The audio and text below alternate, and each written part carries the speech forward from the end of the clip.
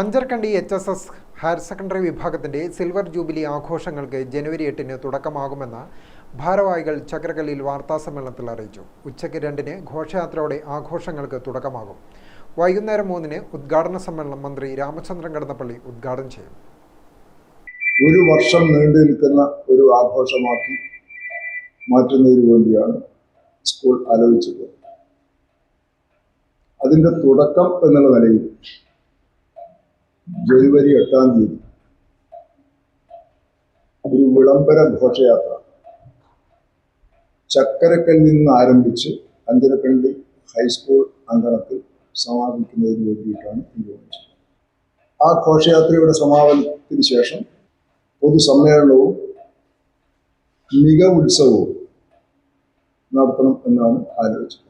ഈ പൊതുസമ്മേളനം ഉദ്ഘാടനം ചെയ്യാം എന്നേറ്റിട്ടുള്ളത് സംസ്ഥാന പുരാവസ്തു പുരാരേഖ രജിസ്ട്രേഷൻ വകുപ്പ് മന്ത്രിയായിട്ടുള്ള നമ്മുടെ നാട്ടുകാരൻ കൂടിയായിട്ടുള്ള Shri Ramachandran Kadannappally അവർകളാണ്.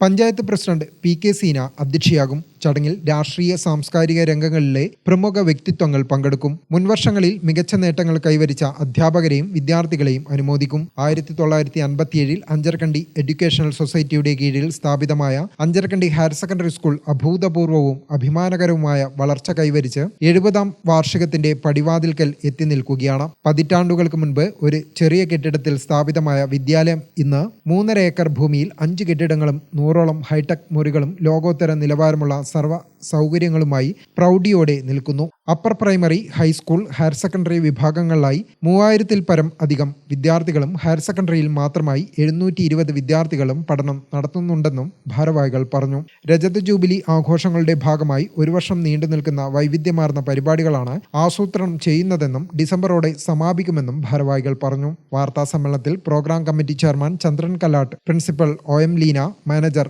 VP Kishore, president P Mukundan, PTA president Aneesh Kumar MK, headmaster TK Saleem, R Rohit എന്നിവർ പങ്കെടുത്തു. ഗ്രാമിക ന്യൂസ്, ചക്രക്കൽ.